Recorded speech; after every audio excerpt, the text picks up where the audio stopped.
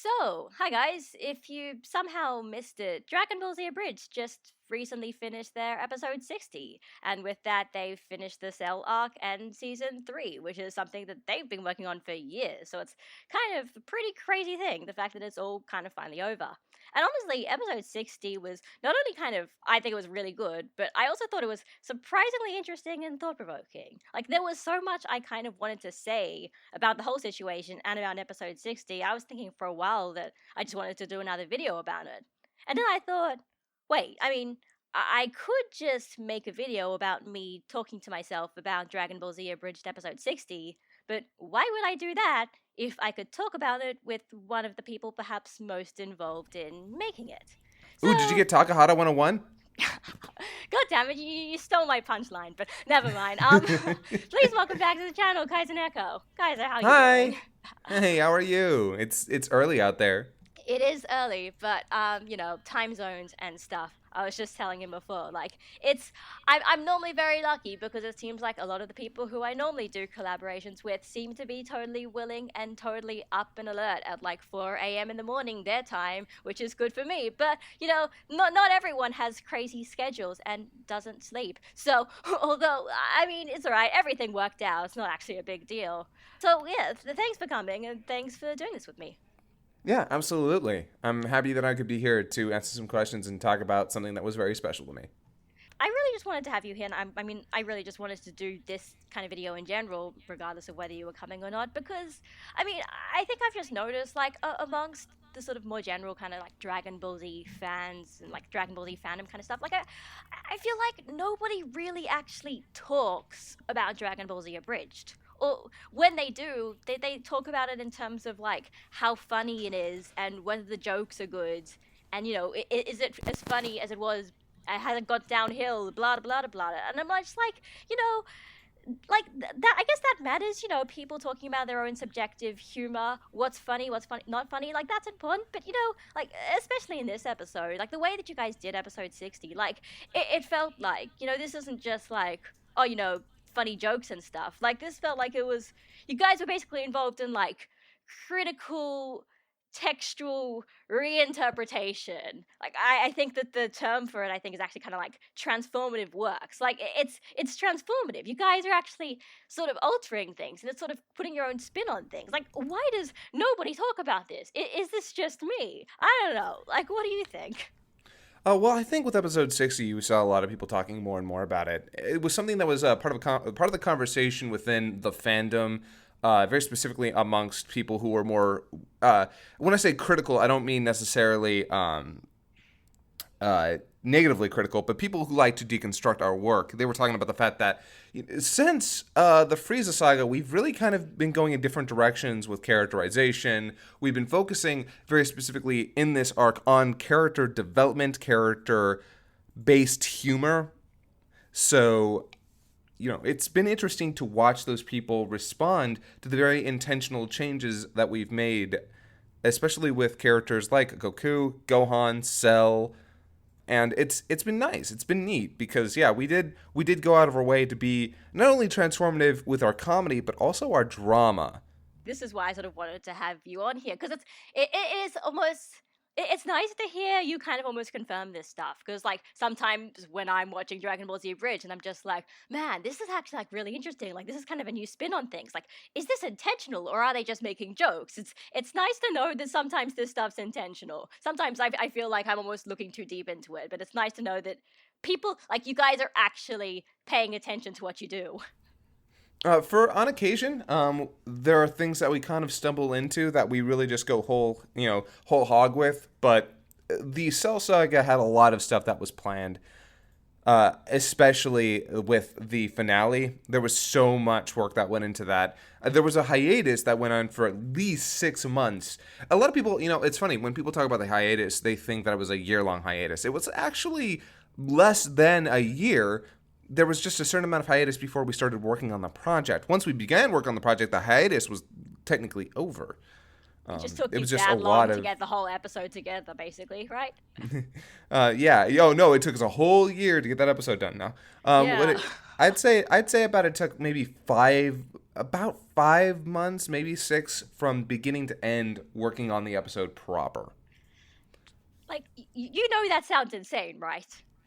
Yeah, it was an hour long, which makes sense because if you think about it, our average episode is around 12 minutes in length. And then we also had so many things that went into this episode. We had new music.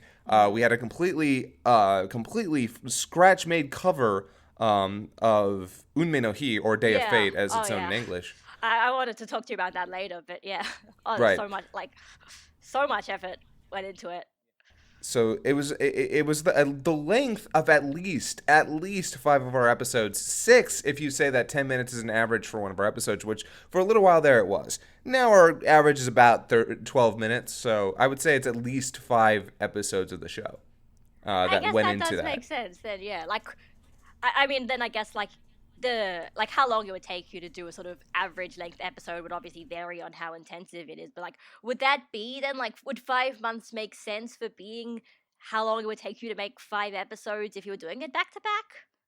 Approximately, actually, because we were never really great with a month-to-month schedule. It was about a month and a half, sometimes 2 months, when an episode would come out. We averaged about 6 to 7 episodes a year, so that I think that scans. Okay.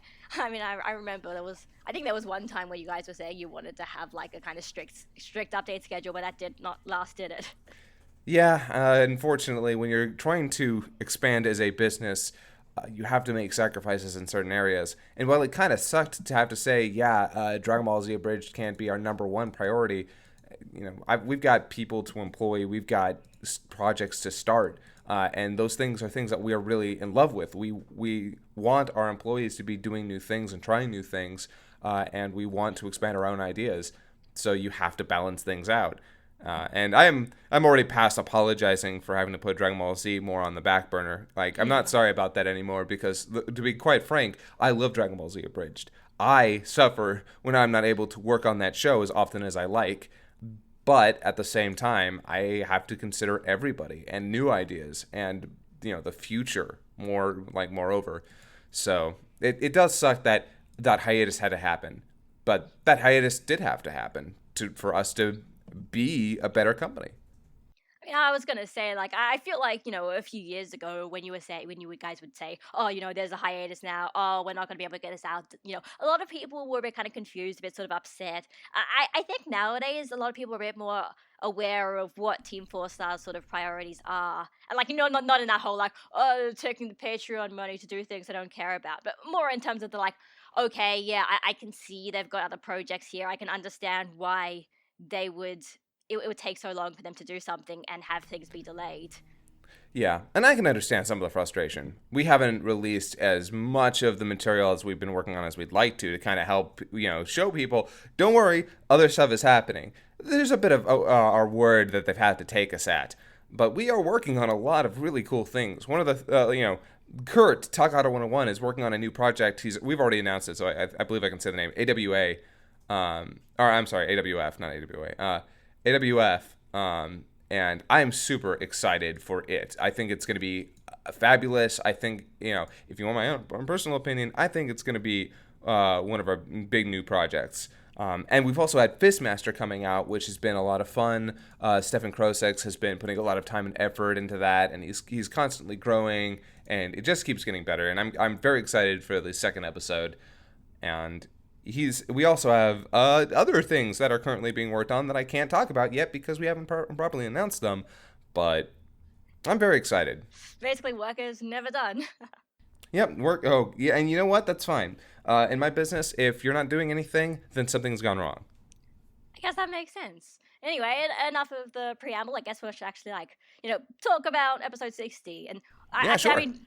first of all, I just wanted to say for people watching this, like, this isn't necessarily going to be like oh, how did you edit this thing or whatever, because I mean, if you guys are actually curious about that, a while ago Kaiser did like a 3 hour long live stream for patrons, but then he uploaded it to YouTube, and it's basically just him kind of slowly just going through the timeline of all 3 parts of episode 60, being like, oh, this is how I edited this part, or this lip flap was drawn by this person, all that kind of stuff. So if you guys are curious about that, you can check that out. And he also talks a bit about episode 60 there. I very slowly went through it just to make sure I wasn't just like gonna ask you things that you've answered already like 5 million times. So if you guys want to look at this fan parody finale crazy bombastic thing, If you want to see how the sausage is made.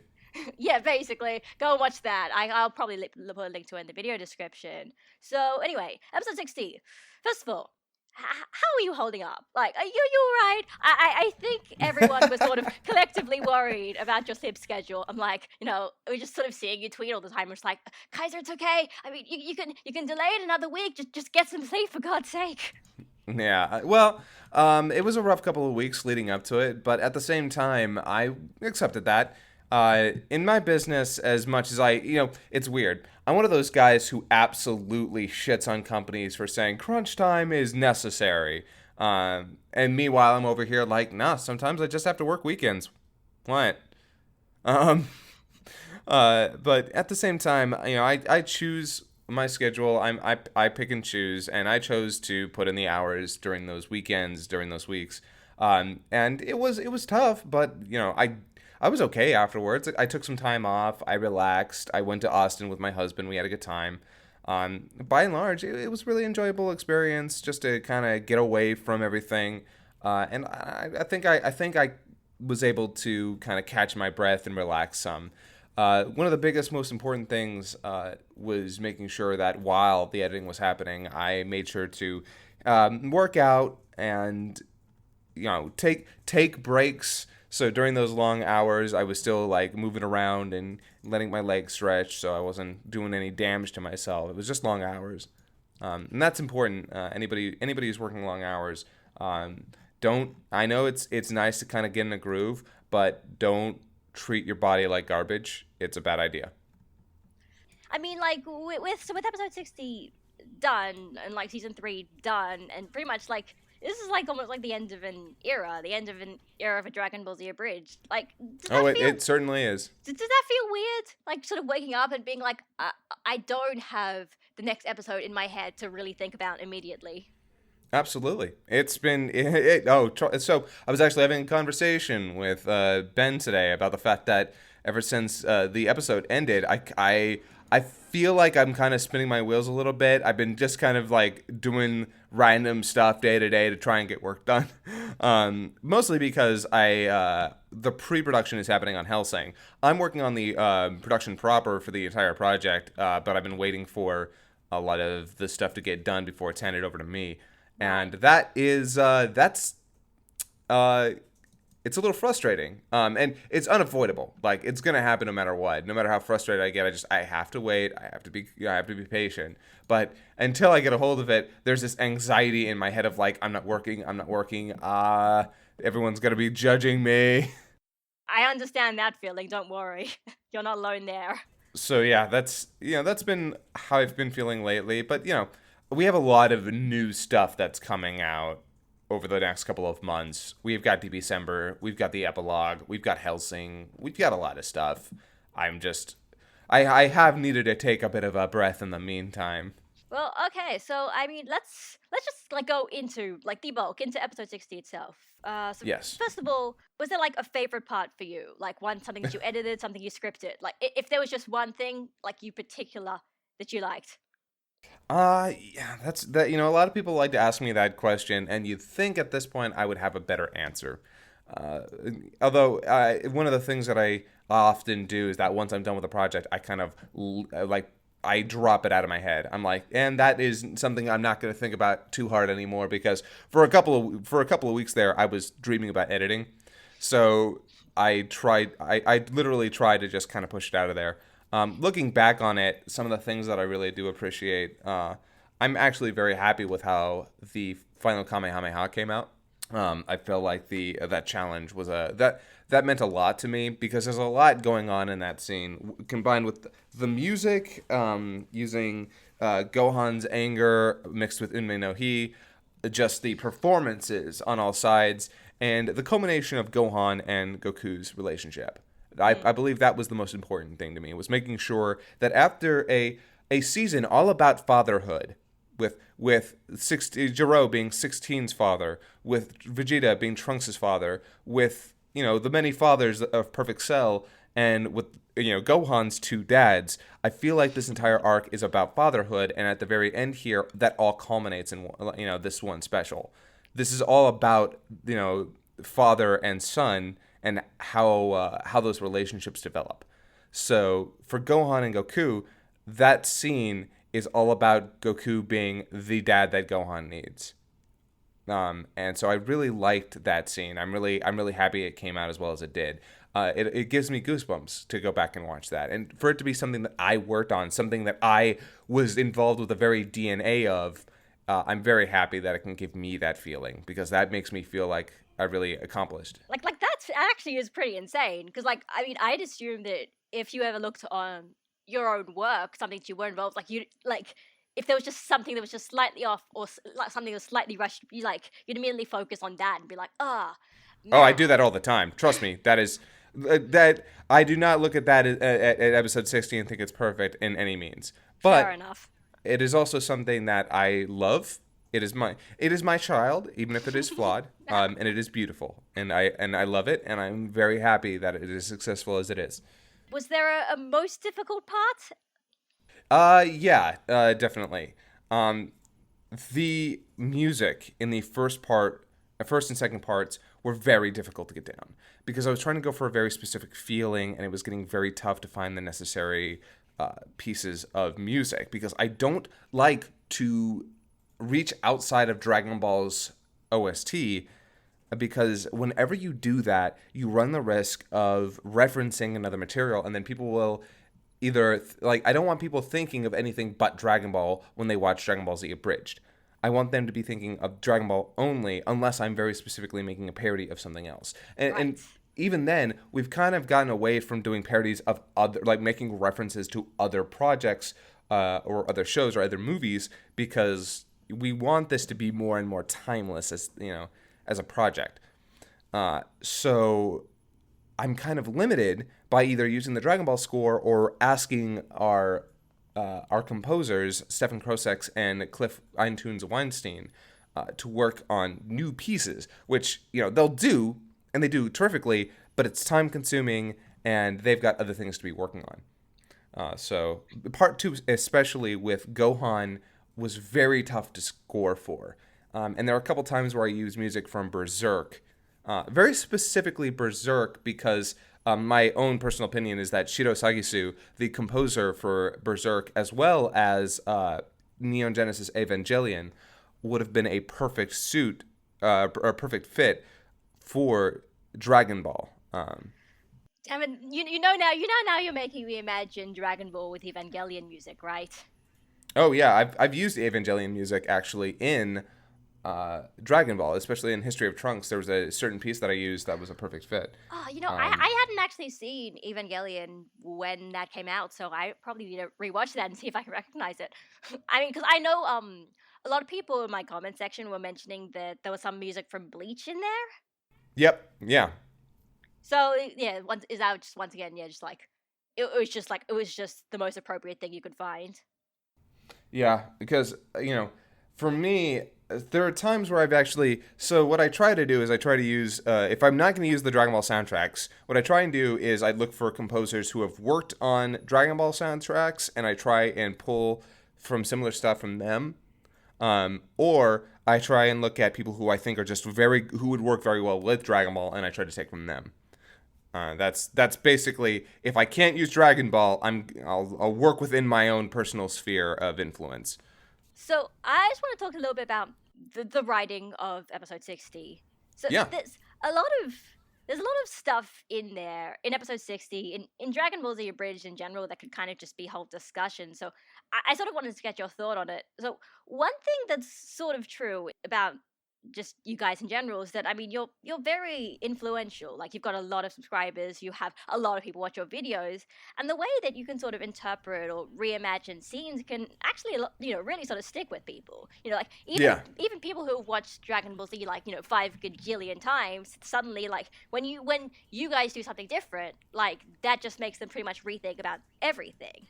Like, even Hmm. if it's just because, like, they're just rewatching Abridged because they can't be bothered to rewatch the original, and then, like, Abridged starts getting stuck in their head. So, like, do you think, like, when you start your scripting sessions, do you think about, like, if we make this joke, people are going to be thinking about it for ages, and, like, this will kind of influence others? A little bit. When we write jokes that really change things or are critical of the original scene or expand upon them. So, okay, very specifically, a scene that I that immediately struck a chord with people when it came out was actually the scene between Kami and Piccolo. Oh, yeah, I remember that. Yeah, that was one of the first scenes, and I wrote that scene basically. I wrote most of that scene, and it was really like that whole bit from Kami talking about his life, his responsibilities, and how living in Piccolo would be another prison. That was a look at, okay, what is this position that Kami has been in this whole show? What is the commentary about Kami as a character and what he's involved in? And that's what I wanted to focus on, because one of the things that we do within the show is we make fun of a lot of things, or we subvert a lot of things, but I wanted this to be a real deconstruction of Kami's character. I wanted to figure out, hey, so what is the real look at a character like this? What would be the perspective of a character living in the real world? And so that's how we came upon Kami and his, reflection upon his life and his duties before it ends. And that stuck with a lot of people. That had the effect I was looking for of, hey, people kind of look at Kami as in a different light, or at least a more, like, they see him in a more interesting from a more interesting perspective. Because to be completely honest with you, Toriyama's characters are not exceptionally three dimensional, and that is not an insult. Dragon Ball Z is one of my favorite shows of all time. It's my personal favorite, uh, but there are there are a lot of opportunities to kind of expand on that and expand on these characters and their interests and their identities, because Toriyama never was interested in these sorts of conversations. Which isn't to say I want to improve on them. That's never my purpose. Dragon Ball Z is as good as it is necessarily because it's focused on a very specific style. It wants to. It has its own spirit, its own identity, its own je ne sais quoi that is bereft of a lot of these introspective moments. However, for us, we like to take these opportunities because we're trying to do things differently, and we're trying to deconstruct, and we're trying to parody. So whenever anyone says that we do Dragon Ball Z better, I don't agree with that, because Dragon Ball Z is what it is. It's the thing that people loved. It has its own very specific identity. And the manga itself is its own beautiful, flawed piece of work that, you know, I wouldn't try to compare us to. It's not fair to it, and it's not fair to us. I mean, also that's sort of almost like ignoring the context. Like, Dragon Ball Z Abridged could not have existed without Dragon Ball Z. Like, it is specifically. Proper, absolutely proper. Like, we could never have existed had the manga not existed, had the anime not existed, had the dub not existed. Yeah, had the fans not existed for years and years and years. I mean, how many, like, random fandom jokes would you sometimes put in? Yeah, absolutely. It's ridiculous for people to say that we're better than the original, because that just ignores a lot of things. Actually, sort of coming on to that, sort of talking about that sort of point. So, like, when you are scripting and sort of saying, oh, why don't we make this thing kind of introspective or whatever? Like, how much thought do you give towards what it was like in the original series? Like, did you sort of say, oh, like, say, is like in, say, the Kami and Piccolo scene or something in like episode 60? Do you think, like, I think even though they don't really elaborate on it, like, the in canon interpretation is kind of supposed to be like this, most likely. And we're just going to make this a little bit clearer so people can understand something that might just sort of be unintentional subtext. Or do you just, like, watch the script and think, like, completely independently, oh, why don't we make it like this? I think it's kind of a balance. We definitely, gosh, how do I put this? Um, our major focus is communicating the plot in our own style. Since we are ostensibly a comedy with dramatic elements, we have to focus first on making sure that there's a certain amount of jokes in there. We have to have a joke per minute, basically, and we have to make sure that when things get too heavy, there are still jokes. There's still funnies. There's still stuff that even if it doesn't make you laugh out loud, it makes you smirk or it makes you chuckle or it triggers that yeah, they're not too serious with it. Sometimes it's cynical comedy. Sometimes it's surreal comedy. But our main focus is just communicating this story in our own very specific manner. So, okay, I'm going to get a bit more specific now on some of these Okay. questions. So, one thing I was noticing, I think in part one of episode 60, a kind of thing that you put in, which I'm pretty sure was not in the original, was this idea that everything that had pretty much happened from like the middle of the Cell Saga onwards was kind of all part of Goku's plan, including Yes. having Vegeta and Trunks screw up and Cell become perfect. So I wanted to ask, was that something that you'd been thinking about for a while? Because I noticed that one time somebody left me a comment on one of my old videos, and there's one episode like much earlier on where after Vegeta and Trunks come out of the hyperbolic time chamber, Gohan is all excited that they're going to win, and then Goku replies with, "No, Gohan, we haven't gone in yet." So, Yep. was that foreshadowing? Yes, absolutely. You crazy bastards! How? Yeah, no, so this was something that I was focusing on for a long time, and I got a little bit of pushback at first because it required us to write all of these scenes with a very specific version of Goku in mind, and that was tough because I had essentially made a new plot line underneath all of these things that basically played out parallel with the main story. And that's tough because to make that work organically is difficult, regardless of who you are or how you're approaching it. And yeah, I got pushback from both Nick and Kurt early on because they noticed that it was making again it very difficult to write Goku as loosely as we'd like to. But it was important for me to have this overarching, to have something that would punch the average viewer out of nowhere. They'd Huh. get hit by this joke, this Yep. plot that they never saw coming. I wanted to surprise people because if there's anything that I'd like to do is take people's expectations and subvert them. That is okay. That is actually insane that you pulled that off. Because like I legitimately did not think about that at all. And then when you guys flashed back to the part, like, earlier episode, and he's like, by the way, Cell, you're gonna die. And he's like, Cell would never pass up that opportunity because I wouldn't. I'm like, oh my god, they were thinking about this the entire time. Like, I think that is incredible that you guys managed to pull that off. Like, Yeah, if anything, it kind of reminds me of like in the original, when they're sort of leading up to the Cell games, and like Goku is all confident, and you have no idea why. And it's not until like he explains the whole, oh no, Gohan's been stronger than me the whole time, that like re-examines the way you look at those previous scenes. yeah. One of the tricks to making something work is that you don't show your hand at all throughout all of it. You just write everything as it comes and commit.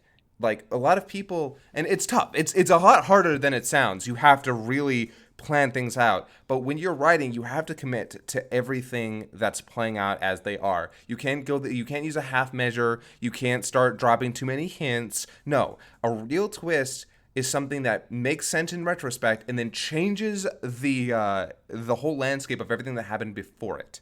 And that's something that I was focusing on with that. I'm not trying to toot my own horn. If people don't think that it worked, then they don't think that it worked. I'm merely saying what I was trying to do here. And if it worked for some people, if it worked for most people, then thank God. I'm glad. I'm very, very happy if it works for a majority of people because I tried very hard to make it work.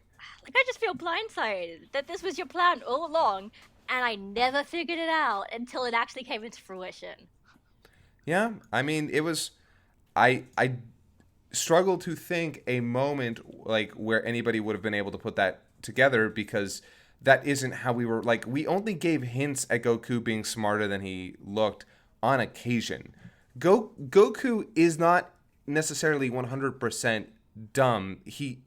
One of the things I try to focus on is that he just doesn't care about these other things. He doesn't act out. He doesn't pursue knowledge. He doesn't pursue a lot of these things, but he's not that dumb.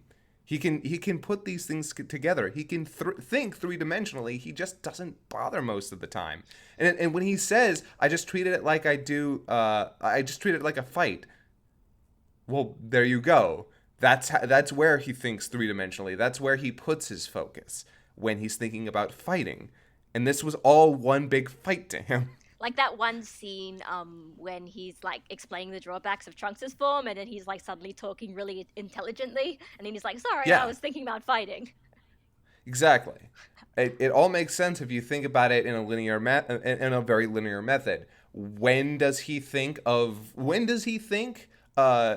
lucidly and three-dimensionally? When he's thinking about fighting, when he's planning a strategy. That's what Goku does.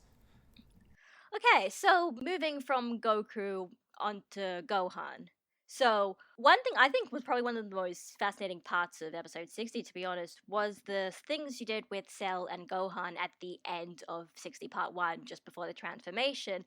In particular, Cell kind of hating Gohan for essentially being a coward. As in, the idea of him saying that he's a pacifist is really just this kind of nice way of saying that he's a coward, that he's running away from the stuff he doesn't like, and he's sort of using that angle of, oh, I don't want to hurt anybody, as almost like an excuse. So, okay, I would like to ask, like, is this, do you think this is an interpretation in canon as well, or is this just an abridged thing? Like, do you think that Gohan's a coward in the original? It's kind of an interesting perspective on it, because within the canon itself, it comes out of nowhere. If I'm going to be honest, so I'm going to avoid saying we made anything better, but one of the biggest criticisms I can give of Dragon Ball in general, or I mean specifically this part, if I had to get specific with any of my criticisms, this part where Gohan suddenly is struggling to bring his power out. No, that part is really frustrating, because he's kind of like he tries to respond, but there's just so much buildup, and a lot of people are frustrated at that scene, and I can see why. So one of the things that, and as we were developing Gohan, I realized that our development of Gohan was going in a kind of different direction. So I decided to lean into it in general. Just Gohan feels slighted. He feels frustrated. He doesn't want to be part of this. And I think having Gohan be a character, like in our version specifically, who just does not want to fight, was a better interpretation for us after everything that had happened. The original interpretation of Gohan was kind of weak in Dragon Ball in particular, especially since they did not bother giving him much development throughout the Androids and Cell saga until he emerged from the chamber. Hell, until he was already on the battlefield. You'd already gotten all that stuff in the Saiyan saga and the Frieza saga, but even then, he was always just kind of this supporting character who never really did much of anything. It's tough because when we had to approach Gohan, we had to focus heavily on giving him a more three-dimensional character than kind of what we had to work with. It's tough because I don't like speaking poorly of the original or acting like we did it superior, but it was tough, and especially considering that our version of Gohan, we didn't do a whole lot with him early on, and if I could go back and change anything, I would definitely change that. I would have done more with Gohan, and that's me. I'm fine with admitting to where I think our faults lie. I think our Gohan was very weak early on, and it wasn't until we got into like the later Frieza stuff that he started coming into his own as a character. In fact, it was in the early parts of the Android saga, going into the Cell saga, that I was really trying to focus on him more. I was trying to give him better lines and more personality. Unfortunately, the other problem is that the show just does not give him a lot to do. I mean, like, I'll be honest, like, I personally, I have heard a lot of the criticisms of, like, the kind of Gohan pacifism angle kind of comes out of nowhere. I personally have sort of acknowledged that it comes out of nowhere, but at the same time, come up with enough justifications in my head that it's not too bad. I can understand both sides of the scenario. I mean, like I sort of like the whole situation in general, so it's sort of being like, I don't want to say that it all comes out of nowhere because it works out really well, but this is like proper Dragon Ball discourse. Like, people have argued about the Cell Saga for ages, and I mean, people argue about the Buu Saga, but Yeah. for different reasons. For Cell Saga, it's always just like, is this in character? Is this out of character? Does this retroactively change the whole series? Like I know, you watch Mr. Fusion's videos, right?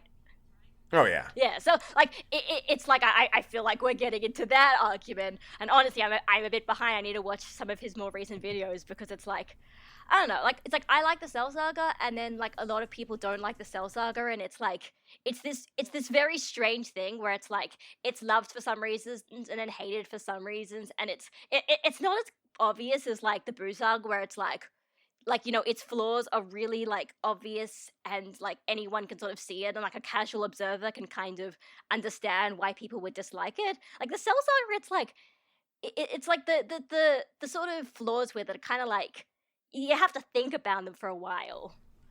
Yeah, I would say the biggest problem with the Cell Saga itself is that it has a lot of big ideas that it kind of handles poorly. Continuing on the Gohan conversation. So, Mhm. okay, so the kind of moral of this sort of idea of the end of 60 part 1 is this idea that like being a pacifist is actually just like a coward patting themselves on the back. Like is that like supposed to be an all-encompassing thing that you guys actually believe, or is that just the moral for this episode? Well, all right. So when it comes down to it, when you're talking about moral questions such as these, especially when you're painting one as a solution, and we do paint it somewhat as a solution, you have to make sure that it comes through clearly, and if not, then you have to intentionally add wrinkles. You have to make sure that it is complicated on purpose. And in this, with this message, it is complicated because, and this is something that some people were criticizing this scene specifically, like, oh, it feels a little muddy, and I'm like, yeah, well, wait till part two. Wait till part two, and you will see why. Because when Cell calls him out for being a pacifist, what happens? Well, Gohan turns into a violent, uncontrolled monster who ends up almost getting them all killed because of his inability to properly handle his own violent nature. And that all culminates in the scene where he tells Cell, you know what, you're right. I was a coward because I was afraid of what would happen if I embraced this part of me. And as you see, he had every right to be afraid of that. He had every reason to not want to open that up because, as it turns out, that version of Gohan is kind of terrible. It does the job, but he is bloodthirsty. He is narcissistic. He is kind of terrible, and that was the thing that I wanted to focus on. It's innocence lost. That's the whole thing with that transformation. That's what was trying to be like, because a lot of people look at Super Saiyan 2 Gohan and the first thing they think is he's so fucking cool. Well, it's more than that. He's not just cool, he's kind of terrible. God damn it, Kaiser! I'm so glad that you're saying this and not me, because I feel like I've been saying this out loud for years, and nobody listens. No, people do listen to me. It's just more like, I'm always just like, oh, why do people like Super Saiyan 2 Gohan because he murders people? Like, isn't that the whole point? That like it's almost too far. It's like what his character shouldn't be like. Yeah, I mean, this is Dragon Ball where it's like, yeah, you gotta kill people. Like, and as much as Goku tries to not kill people, throughout Dragon Ball, he had no qualms with killing Tambourine, killing Piccolo, killing Red Ribbon soldiers. He kills a lot of people in Dragon Ball. It isn't until Z where he kind of refrains from outright murdering folks. And he does that because at that point, he is so strong that he doesn't need to anymore. He's at that point where he's allowed to give mercy. Um, but with, you know, Gohan realizes that these things, like Cell, needs to die. The Cell Juniors need to die. And it's not necessarily the violence he commits that's the problem. It's his view on it. Because as you see in the original version, and we didn't come up with the he needs to suffer more line. We only gave our own interpretation of that line with I'm not done ripping the wings off this butterfly. The original line was literally this worm still needs to suffer more. And I'm like, yep, that's what happened. You drug it out of him, and now this is what you have to deal with. So when we say that he's a coward, like when Cell says he's a coward, it's for not wanting to fight. When 16 calls him a coward, it's for not wanting to protect. Okay, I did want to actually talk about the 16 speech because Yeah, that is one thing that was once again another kind of big change from the original. yeah, it's a very controversial change for people too. Yeah, exactly. Because in the original, his speech is very kind of comforting, sort of like reassuring Gohan. But in what you guys did was basically made a kind of a lot of sort of tough love, which I think made some people a bit confused as to sort of what made 16's speech kind of different to what Cell was saying. Because, it's like they are essentially sort of saying similar-ish things with sort of similar-ish tones. So I wanted to kind of get your thoughts about this. So, like, number one, what actually makes what 16 was saying different to what Cell was saying, and also number two, why did you choose to basically make 16 beat up an 11-year-old mentally over what he's like? If I could go back, I probably would have been a little bit softer with it and a little bit more like more firm and less caustic. Okay. But part of that does come down to the fact that Gohan needs to be broken in that moment. Like, regardless of how you look at it, Gohan is having trouble breaking past a barrier.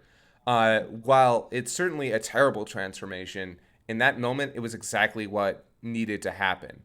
And to hear that from 16 and for him to get so personal and so up, because 16 hits notes that Cell doesn't, and he says it more, you have to protect this world. You are literally the only chance left. He's not egging him on for a better fight. He's egging him on because he has to do this.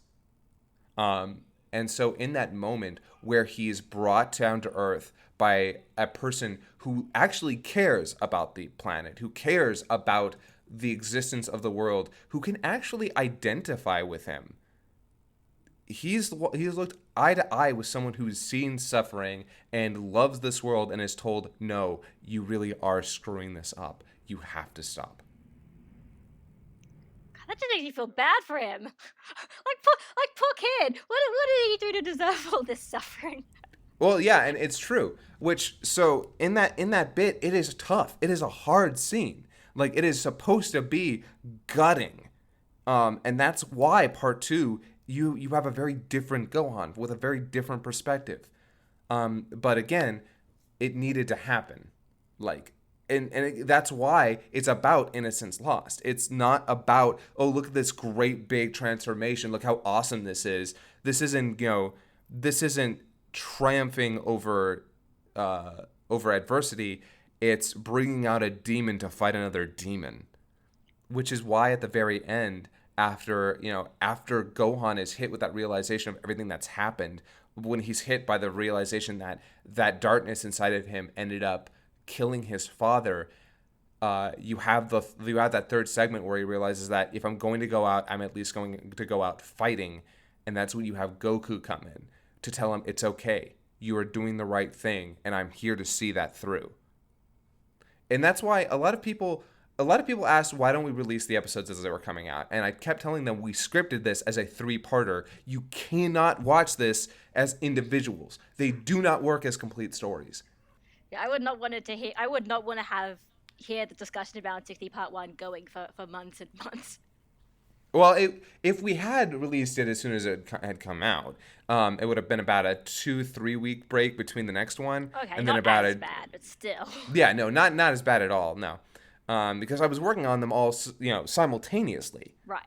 I was like, I would get a certain amount done on one, then I'd move on to the next, and I laid out all of the footage beforehand. Then I started laying out the audio, and then I started working proper. So I tried to make sure that when they all came out, they came out within, because I wanted it to be as consistent between each part as possible, tone wise, and everything like that. So I tried to work on all three of them at the same time to make sure that everything felt cohesive. So that's why when people look at that first part, they have to realize that you cannot look at a part of something and judge it as a whole. You have to view all three. So that's why I felt like, hey guys, if you have questions, wait till part 2 and 3 are out. That being said, speaking of the transformation, okay, Kaiser, how long were you holding out on that cover of Unmei no Hi? Believe it or not, Unmei no Hi, the cover for Unmei no Hi, I started work on that a year and a half before the episode came out. Of course you Um, did. well, we had to find the singer, Paulo Cuevas. Then we had to make the instrumental. We had to find a female vocalist. Then we had to actually get the thing made. I actually provided the translated lyrics with help from Cliff. He helped me write out the translated lyrics, or not translated lyrics, the adapted lyrics. The translated lyrics were actually provided by Kanzenju EX. Those guys, they're great. I believe Herm specifically did the translation for those lyrics. I might be wrong. I think that one was Julian, but I'm not sure. It might have been Julian. Yeah. So I worked very, very hard on that song because it was always going to be that song. And when I told the guys that it was going to be that song, I didn't get any pushback, but I knew instantly when I said, nope, I'm going to use the original Japanese song from that scene. I got side-eyed. Aww, really? Because like, to be completely honest, nobody was familiar with that song in the English-speaking fandom. Really? I thought that was one of those things that, like, even the people who like the dubs have sort of heard about this. Yeah, they might have heard about it, but they hadn't really seen much of it because here's the big problem. It was never in the original dub. When the uncut version came out with the Japanese score, they had to replace that. They had to take the song out because they didn't have the license for it. So a lot of them never really heard the song, and when they did, they just kind of thought, well, this isn't Gohan's anger, I don't care, and then just kind of tuned it out. Right. And I get that. That's not a huge criticism of those people. I'm not bothered by that, but a lot of them had never heard it. So we got so many people who told us, holy shit, I never heard this before. How did I never hear this before? And I'm like, that's because there was not a whole lot of opportunity for you to, unless you watched the Japanese version. And just, let's be honest, American fans, a lot of them didn't until Super came around, and they didn't have a choice if they wanted to watch new Dragon Ball immediately. Yeah. That's the only time they started watching Japanese Dragon Ball. So, when we brought to the table Unmei no Hi with an English version, everything just kind of came together for them to really get a feel for this song. And that was exciting for me. That was so exciting because I love that song. Same. Unmei no Hi. Yeah, I love it. And the opportunity to not only give people, like, to present it to people, but more importantly, to give them an English, or, well, not more importantly, but excitingly. Like a version that they can understand. Yes. Give an English version, one that is immediately communicative of what the scene is about. No, that meant a lot. I was so psyched for that. Yeah, the song meant a lot, and I was very happy to put it in there, like, ecstatic. And I could not believe the response to it, dude. Like, I wasn't expecting people to just go crazy over this song, and that's so neat for me. Like, I wasn't expecting people to be like, wow, this is really cool. I was expecting, okay, this isn't what I wanted. No, people liked it. Which, oh man, let me tell you, I was so happy with, like, okay, so you remember that shot near the end of part 1 where the tears clear from Gohan's eyes? Yeah. Yeah, it times up with the music there, and I was like, yep, nope, I'm glad, this is perfect. This is the exact thing I wanted. I would not have done this any differently. Nobody could pay me to. I was just so psyched with how that came out. Which, I'm kind of again tooting my own horn, Oh, but don't listen. Yeah, okay. You're allowed to toot your own horn here because I mean, especially amongst I feel probably a lot of people who watch this channel, and I'm probably gonna some of my friends. I'm sure a lot of them are like, yeah, Unmei, he's amazing. Why doesn't anybody know about this?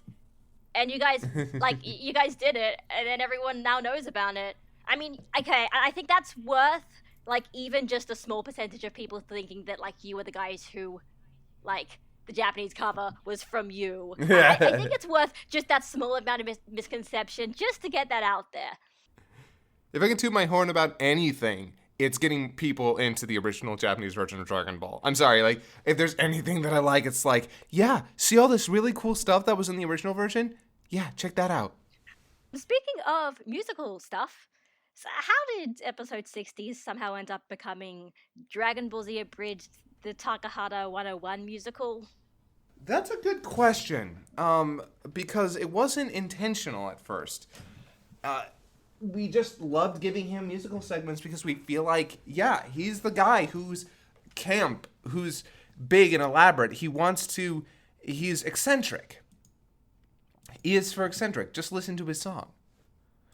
And so it just felt right to give him a little bit more music to work with.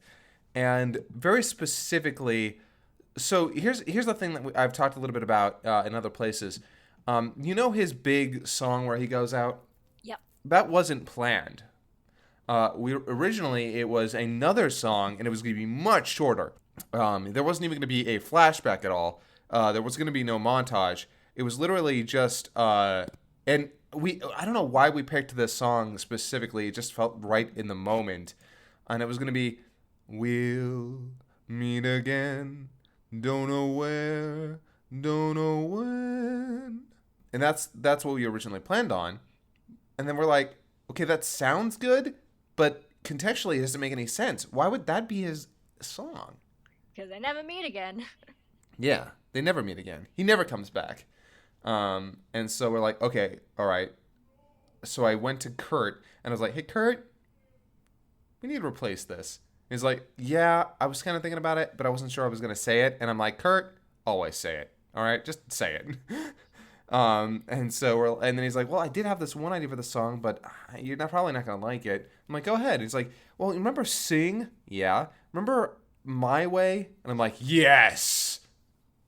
It actually does fit so well. Like, especially the part where he's like, I bit him up and chewed it up and spit it out. And it's like, that is Cell. Because he does just eat people. Yeah, exactly. And it felt right. It felt perfect to use that song as his, for him to go out. Not to mention, I'm going to be honest, that song is representative of us as well. We did this our way. We've gotten people who have criticized us for getting really dramatic here. They've criticized us for the decisions we made, but I would not change them. This is what I wanted. This is what we wanted to do. This is how we wanted to tackle this part. So when anybody ever says, I'm not sure I like this, I'm like, you know what? That's fine. Obviously, and if, to be a little bit of a brag here, millions of people did. So obviously, a good majority of our fans liked it. But at the end of the day, it was our decision. We were going to do it this way. We did it our way. It is a bit of a unique position you guys are in because, if you're making, an official TV show or whatever, obviously, fans might say, oh, you should have written that differently or whatever. And the writers would be like, well, that's great. You're not with us. You're not here. You don't know what the big plan of the series is. I don't think the criticism really matters. But for you guys, considering, what you do is, essentially, it's a parody of a show, and a lot of the people who have watched the show have the capability to parody it. So it's yeah. It's on the one hand, criticism is valid, but it's also invalid at the same time. It's not a clear thing. I'm going to tell you something about criticism. Anybody can criticize. Anybody can have an opinion. And that's cool. I never begrudge people for coming to me with said opinions. Unless they insult me, in which case, like, I don't, well, then go away. Like, I'm not, if you can't be respectful with your criticisms, I don't need to listen to you. That being said, I actually don't have to listen to anybody. And that's just a point. That's a point that all artists need to understand, is that you don't have to listen to anyone you don't want to. Because at the end of the day, the only thing you need to care about is the opinions of the people specifically who you actually give a shit about. I listen to my fans because I want to know their feedback, because I want to know if things worked with them. But at the end of the day, if some rando comes to me and says, hey, I didn't like this, that doesn't matter. Even if they said it respectfully, I don't have to actually listen to that. Now, I probably will. I'll probably be like, that's interesting. You didn't like that. Okay, well, that's your opinion. And if they say something that strikes a chord with me, maybe you'll get introspective about it. Maybe I'll think about it. And maybe you'll be like, I wonder, did he have a point? But at the end of the day, just because someone comes to me and gives me that opinion does not necessarily mean I have to care. And that's the thing about art. Because a lot of people will tell you otherwise. Some people is like, you should listen to your critics. And I'm like, yeah, but most of my critics are just people watching. And the people I pay attention to are very specific. I listen to people who understand what I'm trying to go for and know how to do what I'm trying to do. Like, those are the people I want to listen to. I want to listen to the people who know how to do this stuff better than me. Their opinions mean way more than the average person. You know what I mean? Yeah, no, I understand. I guess it's just because, yeah, people kind of, I guess, underestimate how much work and thought goes into Dragon Ball Z Abridged. They think, oh, it's just making jokes. I can make jokes, so clearly I know how to DBZA better than DBZA. Yeah, and that happens all the time. There are a lot of people who like to think, hey, I could do this. When anyone says, man, I could have done this faster, I'd be like, no, you couldn't. You couldn't even do it slower. I think in that case, they don't realize how much attention, they probably wouldn't care about, changing the lip flaps all the time and, getting new animations for stuff. They'd be like, well, you just put in the jokes and you just time it to pieces of footage, right? Early, 2008, 2007 Abridged series. It's like, oh, I can do that. Let's talk about 2009 Dragon Ball Z Abridged. Is that still season 1 or? Yeah, let's talk about season 1 Dragon Ball Z Abridged. Yeah, so if I can, some people talk about, man, they really changed. They got a lot more serious. It used to be more slapstick. And, you know what? I will agree that season 2 is some of our funniest material. Just bar none. Season 2 has it almost strikes a perfect balance of comedy and action and a little bit of drama to kind of make this thing that was wholly its own. We could not keep doing that. At least I didn't want to keep doing that. I didn't want to just do the same damn thing that I did with the Frieza saga with the Cell saga. That seemed like it was just going to get boring. And that's something that a lot of people don't think about. A lot of people want the same show over and over again. And I'm like, you know what? I want things to develop naturally. It doesn't have to stay the same. Especially when you have something that is a continuous story, you can change. You can become something different. Especially if you finish off your stories and then want to continue. Between season 1, season 2, and season 3, you have these very different feels. Yeah, I was just thinking about that when you say it like that. Yeah, season 1's very early internet humor, slapsticky kind of. Let's have jokes and pop culture references. Season 2 is kind of abridging the story, but with it doesn't take itself very seriously. And then season 3, it's we're gonna take ourselves seriously, but then have jokes. Yeah, a little bit. Because we wanted to focus on telling the story and character-based comedy. That was the big thing. We want the comedy to be based on the characters and how we've developed them from here on out as we tell this story. And I think that was the right move. I will stick by it. I think that was the right thing to do. Now, was it perfect? No. If I could go back and fix stuff, obviously I would. But I can't. So I have to accept what it is. I mean, talking from me personally, I enjoyed season 3 for that stuff. I don't think I could have a podcast and talk for an hour about even season 2. And I think that's probably the most interesting stuff. like, I mean, actually, if I'm gonna talk about like something personally, like, I think when I first started watching Dragon Ball Z Abridged, I think like one of the first times where I kind of it sort of changed from like being sort of detached, sort of watching it for the jokes, to like actually kind of getting absorbed to the action was, I think it was in season 2, and it was when Goku and Frieza were fighting, and it's that moment when like Goku has launched the spirit bomb, and it's sort of like coming down still, and then like he's like in the water, and Frieza like picks him up from the water, and then like Goku makes a sudden desperate like attempt to fight back, and then Frieza notices the spirit bomb, and I think like that was like one of the first moments for me that I can actually recall being like, hey, I'm actually emotionally invested in what's going on. I'm not just watching this for laughs. Like, I'm actually emotionally invested in the outcome of this, even though I kind of know probably what the outcome of it is. So, like, I personally really appreciate that kind of stuff. Like, I know not everyone does. I know I am not every Dragon Ball Z fan in existence, but I mean, I don't know if you don't get enough love for that the kind of stuff that you did in season 3. There you go. Oh, don't worry, don't worry. Uh, fact of the matter is, fans of season 3 are in abundance. But there are still people who think that season 2 was better, and you know what? I respect that opinion. I really do, because even though I happily, outwardly, consistently say that I approve and believe in the evolution that we went through, I wholeheartedly understand if people think that it was not the best decision. Like, I get it. And if we could have kept doing what we did in the Frieza saga, that would have been neat. You know, that would have been cool. But at the end of the day, we did what we felt was best. And I legitimately believe that we did something special with 60. Something that meant a lot to me.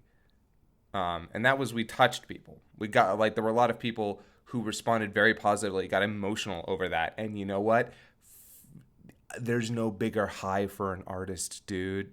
There's no bigger high than somebody saying, you touched me emotionally. So, like, anybody can tell me, I'm not sure I was a fan. And I'm like, okay, but we tried to do something and we succeeded by and large. So, cool. Like, you don't have to like it. Not everybody has to like what you do. So getting back into the actual episode itself. I guess we've sort of touched on this before. We sort of actually kind of had this discussion, but okay. So like how you guys were sort of writing Super Saiyan 2 Gohan, because it is actually quite fascinating, because the idea that a lot of people, yeah, do like him basically for some of the stuff that you like, the kind of dialogue that you wrote for him in part 2, that kind of very sort of smack talky, I'm gonna kill people, I'm gonna play with my food before I eat it, and sort of like people not necessarily either like not realizing or kind of just not really caring, that the idea that that's like not really a very positive thing for Gohan to be in. Yeah, I know. I know that you actually were a little bit put off by it.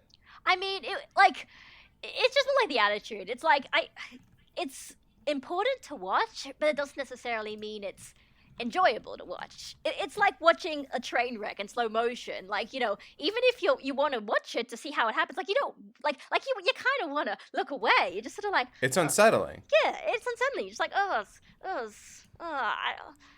he shouldn't be like this. Why is he? Somebody snap him out of it, please. Please don't. Please don't hurt him anymore. Don't kill any more people. Yeah. Well, that was something that a lot of people called him Edgehan. Which, you know, good name. I've got to admit, the thing that I'd heard from the Dragon Ball fan base around when Super was going on with was Chad Han. Oh God, Chad Han. I can see that. I can see that. When I was writing that out, I needed something that came off as kind of terrifying. I needed something that came off as disturbing and something that would be both funny but also also disconcerting. Yep. And that was tough. It was tough to find that balance. I think I wrote a lot of Gohan's lines there because I was trying to strike that balance of threatening and also comedic. So it was tough because I wanted him again. I wanted him to be kind of scary. I wanted people to be like, oh shit, this isn't good. This isn't something. This isn't like awesome Gohan. That's misrepresentative of what we were going for. Did you think people like understood that, or do you think they still kind of? I think for most people they found it worked for them because it was in such stark contrast with Gohan's character beforehand. I think they very quickly picked up on like, oh shit, this is actually like it's cool, which a little bit of coolness, it being a little bit cool, I'm fine with, like because that you can't change with how it's actually presented in the anime. Not that much, but I still want like, and if people just found it cool and threatening, that's awesome. But if they also like, by and large, the response to it was like, "Oh, holy shit," and that's mostly what I was going for. I do also think. I mean, I think Masako really nailed it as well. Yeah, Masako,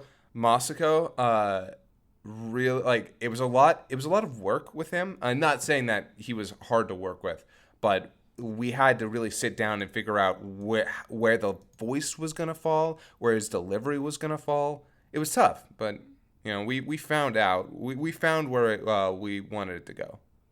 Sort of continuing into sort of discussion, Dragon Ball characterization discussion. So, okay, Gohan's two dads. Yep. I mean, I know. I think even I've gotten involved at this point. I think you retweeted something I said about this once. So, okay, the whole Piccolo is Gohan's true father. The meme, the legend, Which is totally a misconception, meme. the everything. Were you guys actually like trying to squash this in episode 60, even though it's probably never going to be squashed from the memes? But was this trying to be the end? We played a lot with the joke, and we probably, unfortunately, we definitely helped fuel this misconception that Piccolo is more important than Goku. Of course, it was around before we ever got to it, but it was a lot of fun to play with that joke. There was a lot to play with there. There was a reason it was a joke to begin with. But at the very end, when he calls out hear that, Piccolo? And Piccolo says, well, if you're just going to say it outright, it's kind of like, yep, that's the joke. Everybody, that is the joke. And then over the course of that episode, everything comes back around to Goku. Goku is still his father, and despite all of the problems that have been there between Gohan and Goku, that doesn't mean that Goku is not his father. And at the end of the day, it is Goku that brings Gohan to victory. Because yeah, you do kind of essentially sort of bring everything out there, because you have like Gohan actually snapping at Goku over those all of the things that he's done that kind of make it almost a bit hypocritical that he's acting the way that he is. All the times that he's spared people's lives and all that kind of stuff. Yeah, finish Cell. Bullshit. And then of course you have Goku's sacrifice, being like, just sort of like, I understand, like, I'm sorry. Like, Goku legitimately apologizing for Gohan for anything he might have done that unintentionally did hurt him when he wasn't even trying to. Like, I mean, I remember thinking and almost worrying that, I mean, maybe I have had almost a little bit too much, like, too low expectations of you guys. I'm sorry for that. But I was worried that, the father-son Kamehameha moment would have some funny twist to it, because, I mean, how can you make it pure and wholesome? I thought Gohan hates his dad. Yeah, and that's why part 2 happened. The end of part 2 was written mostly by Nick, actually.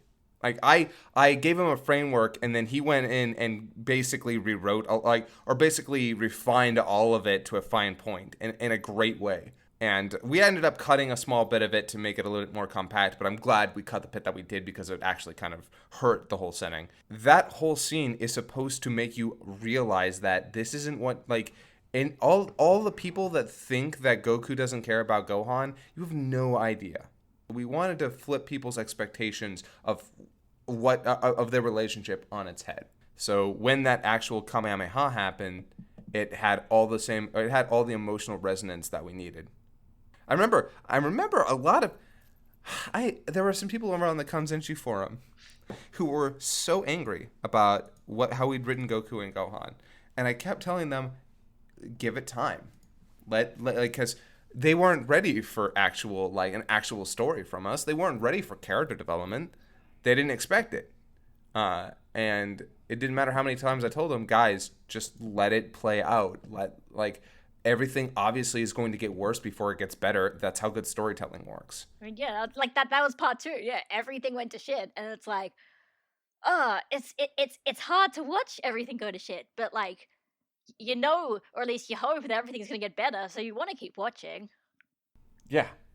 Goku and Gohan, it was sort of interesting because, so you know how Gohan starts off the Kamehameha in the original by Goku telling him to? Yep. I actually didn't like that. That bothered me because he had already lost. He just lost his father. And then suddenly, oh, I'm back. I mean, yeah, I'm dead, but I'm still talking to you, and I'm basically there for you, and now we're going to start this Kamehameha. And I'm like, oh, that undermines this a lot. Especially since this is supposed to be Gohan's story here, right? This is supposed to be Gohan. And so Piccolo and Cell, these two people who support and hate him respectfully, push him, and then he's like, you know what? You're right. I'm not going to go out like this. If I'm going to go down, I'm going down fighting. Although he still doesn't really think that he can win. Yeah.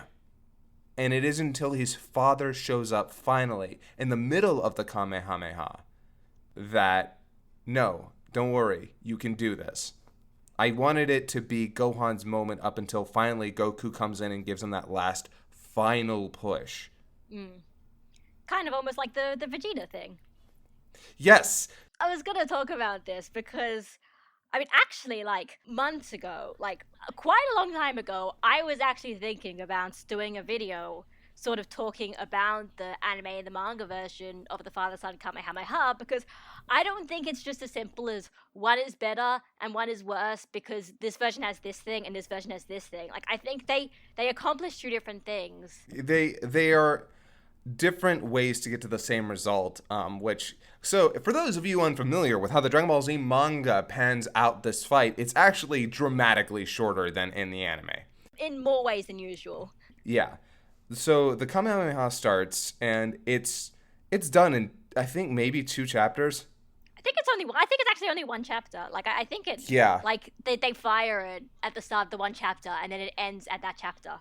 Yeah, it's nuts how fast it actually develops in the original manga. And in the original manga, none of the Z fighters help Gohan with the exception of Vegeta. And in the anime, they decided that, okay, we need to make this bigger. And it's weird that nobody else helps when you have this going on for as long as it does. Because it does go on for a while before they finally step in. They get up the courage to go do it. But in the manga, it happens so quickly, they don't even have the time to do it. There's barely any time to process, like, this is the final battle. What happens next? What do we do?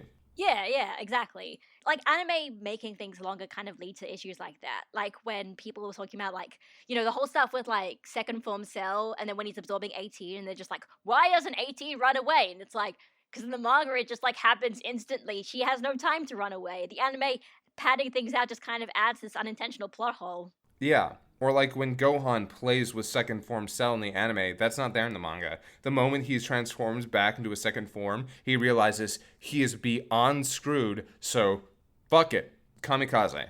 So, in the original manga, Vegeta is the one who ends up saving the day without the help of anybody else. In the anime, everybody else kind of puts their, basically loosens the pickle jar, if you want to, is the best analogy I can give. And then Vegeta comes in for that final blow. Now, I'm going to say something controversial. When I found out how they did in the manga, I hated the anime version. I actually really hated it.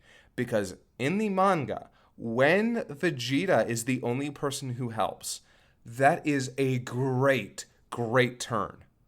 Because he's the one who screwed them over. He's the one who regularly screwed everyone over in that saga. And he screwed Gohan over, like, just 2 minutes ago. Exactly. This was his redemption. And to have other people take part before he does just kind of takes away from that narratively. It kind of makes it feel like he's only doing it because they did it first, and he's, like, doesn't want to get, like, outshone by then. Yeah. Also, originally I wanted him to say, Vegeta, yes. But we ended up going against it because, one, it didn't really pan out with the way the scene was animated and was just going to look awkward. And second, I was like, nah, let the drama of the scene build here. This is where it hits. So we kept it the way that it was in the manga because Vegeta deserved this. Vegeta deserved the chance to be the hero, or at least help. Also, I didn't like in the anime that, oh hey, look, you have Piccolo, Yamcha, Tenshinhan, and Krillin all hitting Cell as hard as they can, and yet it takes one blast from Vegeta to knock him off? What? But No, Kaiser, that's ridiculous. It's Saiyan superiority. It's canon. Obviously, nobody else can realistically do anything. Yeah, I hated that, and it bothered me, and I'm like, no. Like, I would rather they not even try than try and fail stupendously, and then Vegeta somehow does it. No, that I hated that, and I was like, nope, that's gone.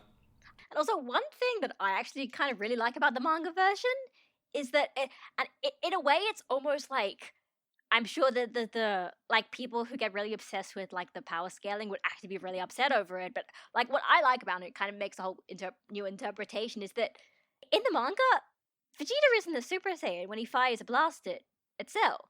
He's just normal.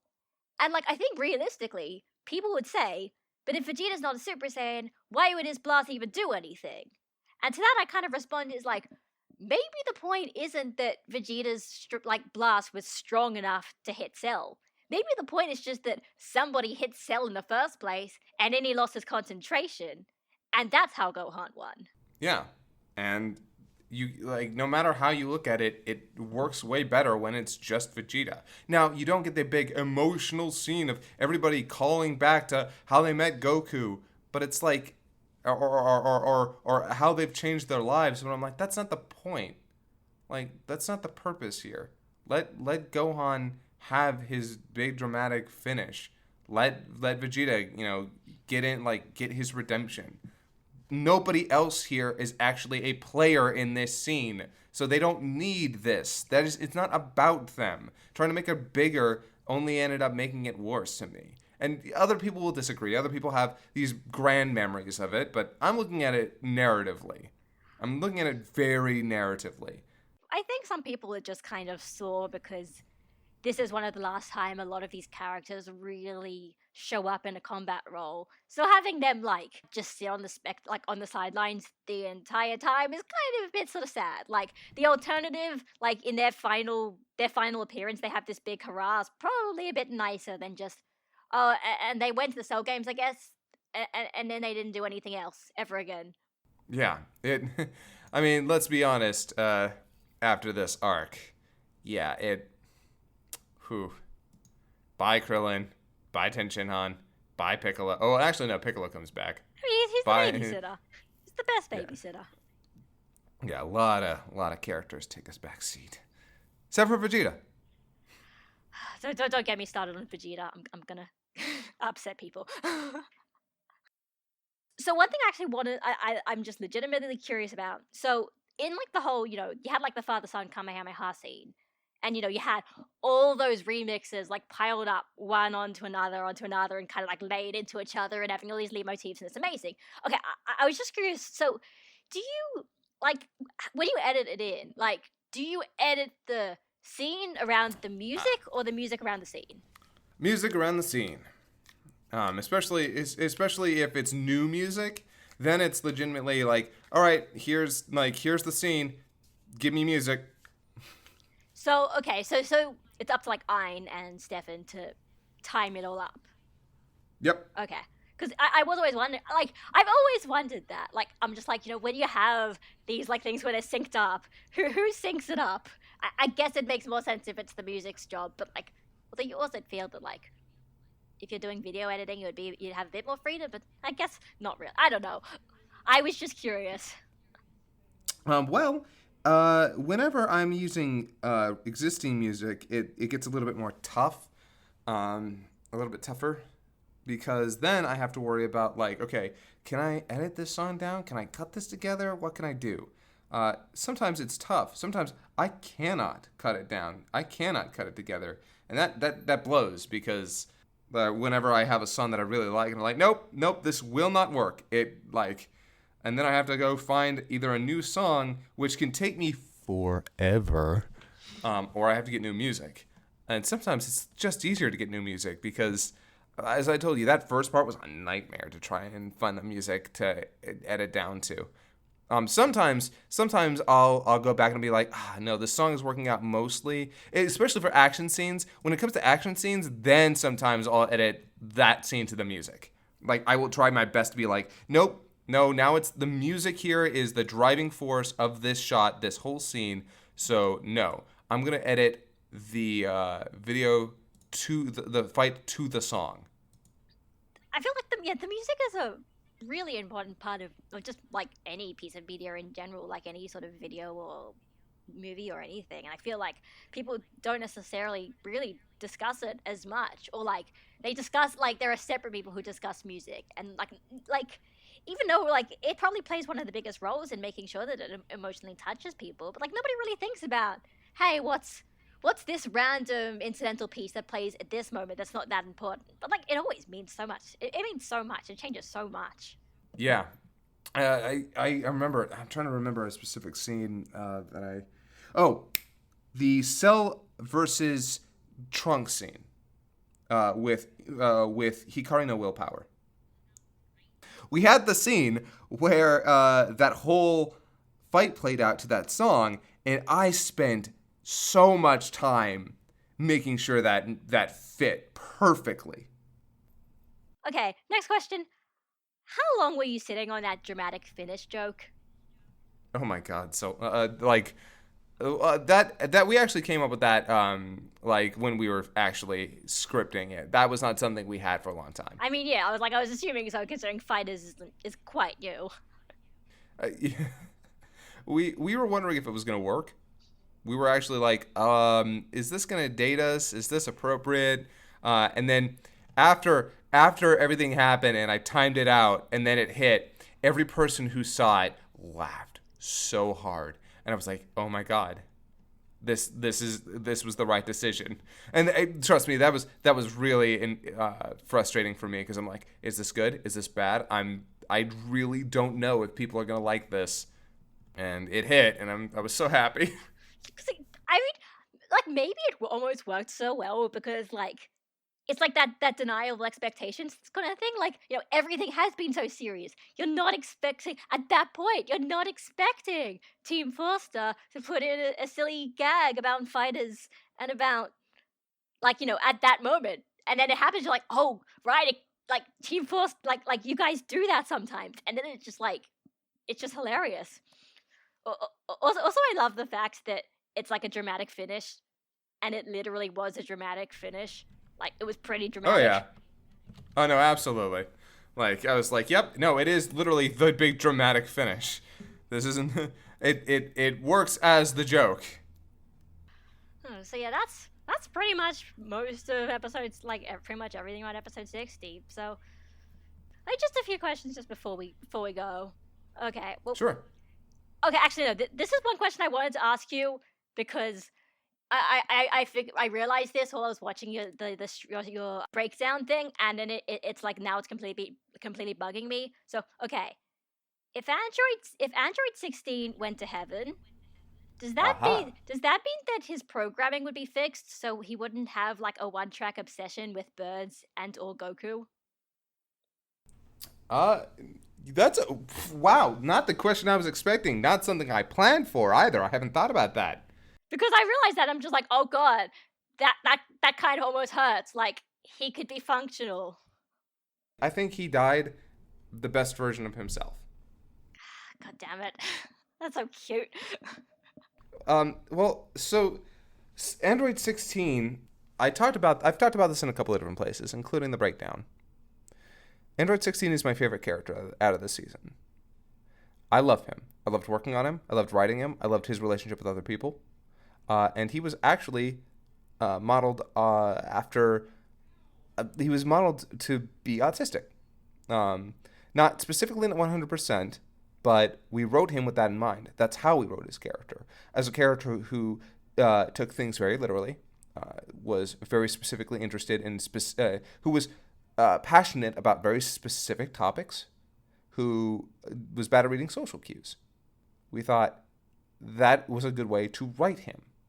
And it was never supposed to be in a way that was mocking or attacking people, but in a way of, no, this is the kind of character he is. This is who Android 16 is. How do other people respond to him? How do they deal with him?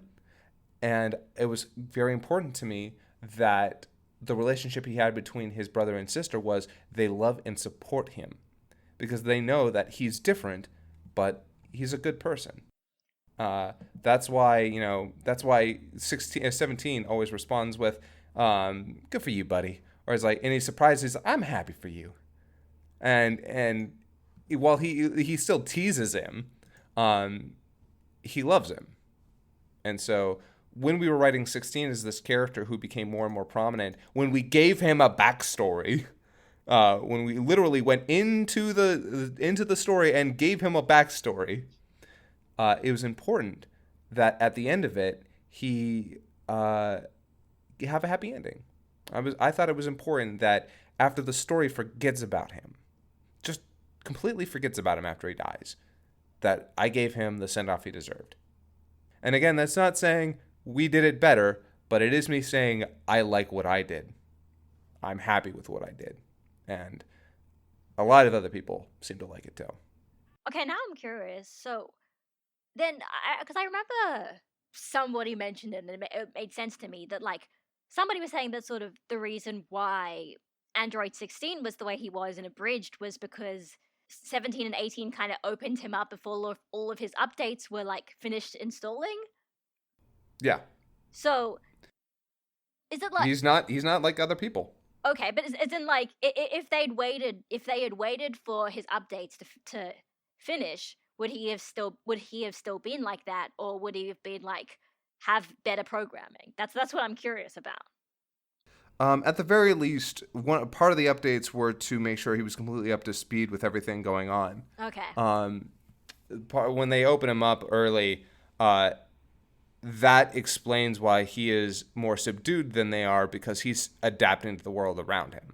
Okay. He's not familiar with all of these things like he would have been otherwise, which is why when they say get a hobby, he acquires a hobby.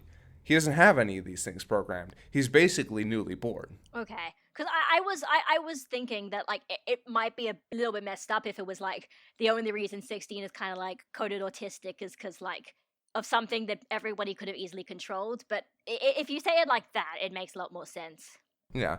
If there's not supposed to be a connotation between those two things, and if anybody picks up on that, I'm very sorry. That's not supposed to be the interpretation. The interpretation there is that he is not familiar with the world because he didn't get his updates. That being said, he is only supposed to be different from 17 and 18, not worse.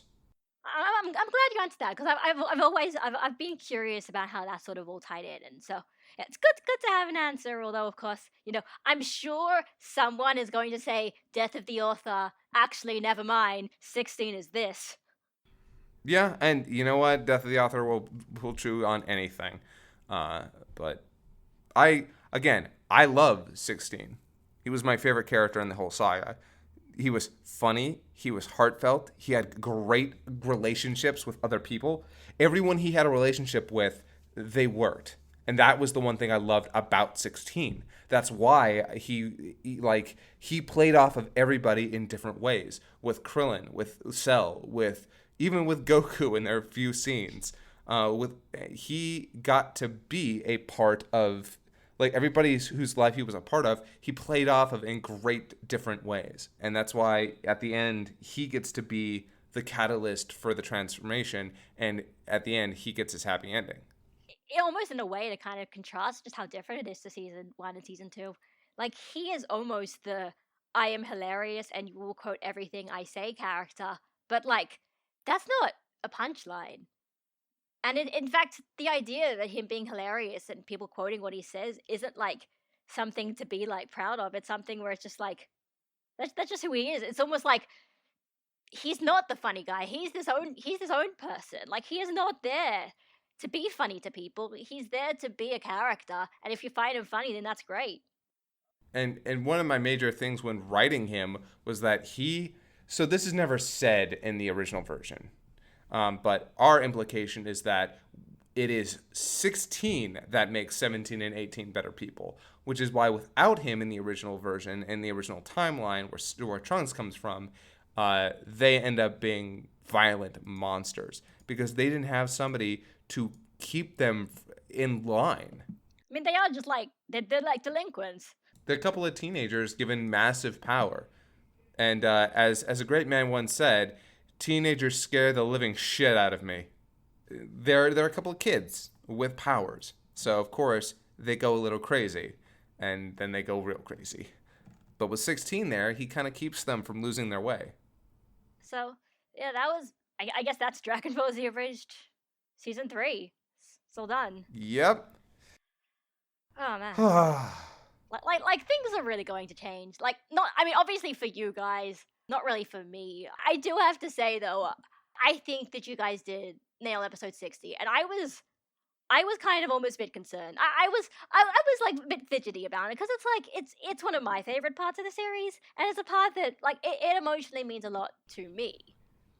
Won't lie to you, season 4, intimidating. I don't know how we're gonna top this. I kind of don't know if we can. I mean, because like I don't want it, like I also don't want it to be like that whole like, oh, Cell Saga is the peak, and it should have ended there, and it should have ended at that point, it should have ended at, like, I think we should appreciate these things for what they are. Like, I think we should appreciate the Boo Saga for the Boo Saga, not because maybe some of the emotional beats don't hit as high as the Cell Saga, or the gags are gags. Like, I think... I hope people come into season 4 with an expectation of you guys know what season 4 is like, right?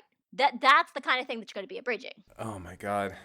Well, we have a lot of things planned already, like more than you'd think. Making them happen is going to be tough. Well, I mean, I'm going to be looking forward to it. So is everyone. Yeah, I hope. Again, I really hope that it works out. And I mean, because like that's the thing. At the end of the day, you guys do you, right?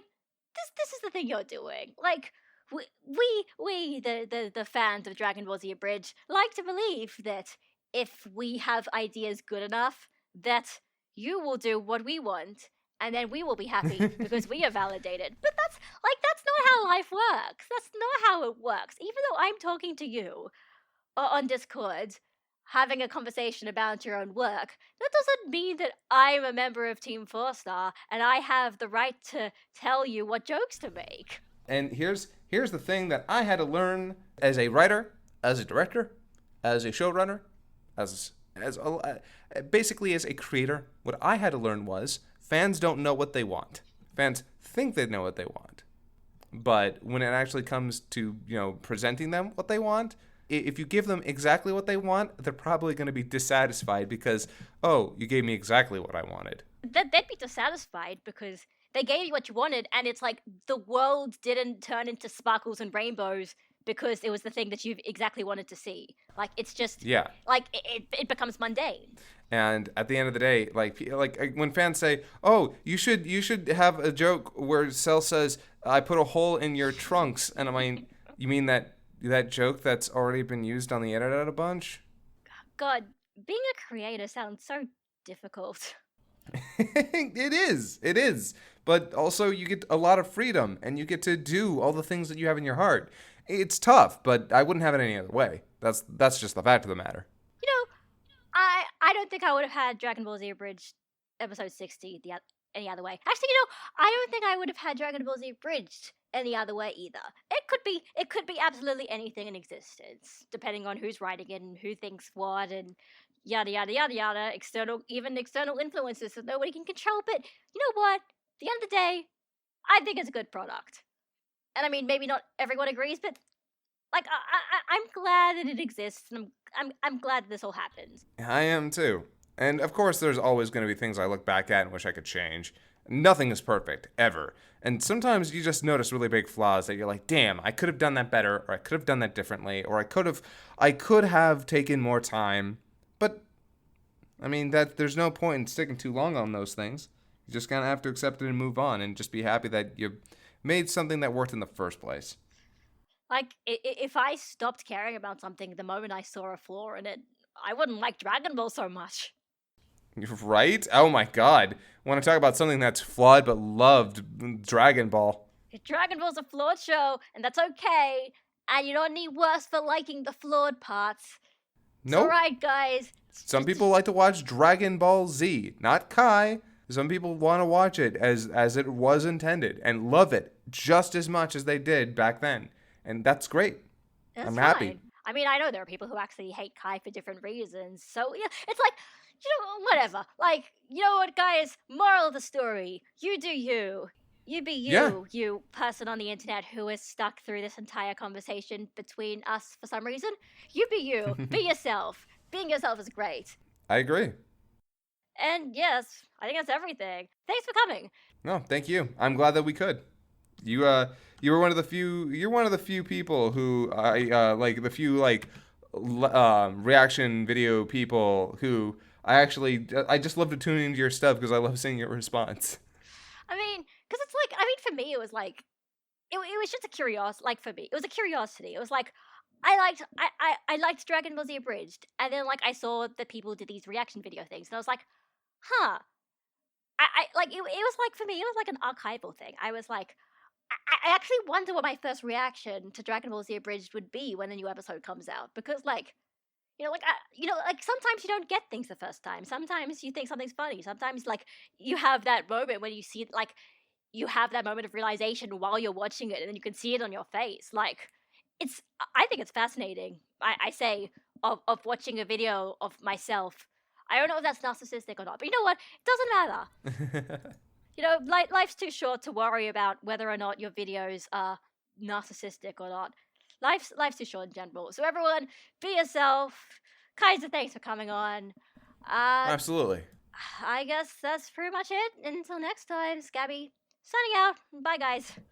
Later, folks.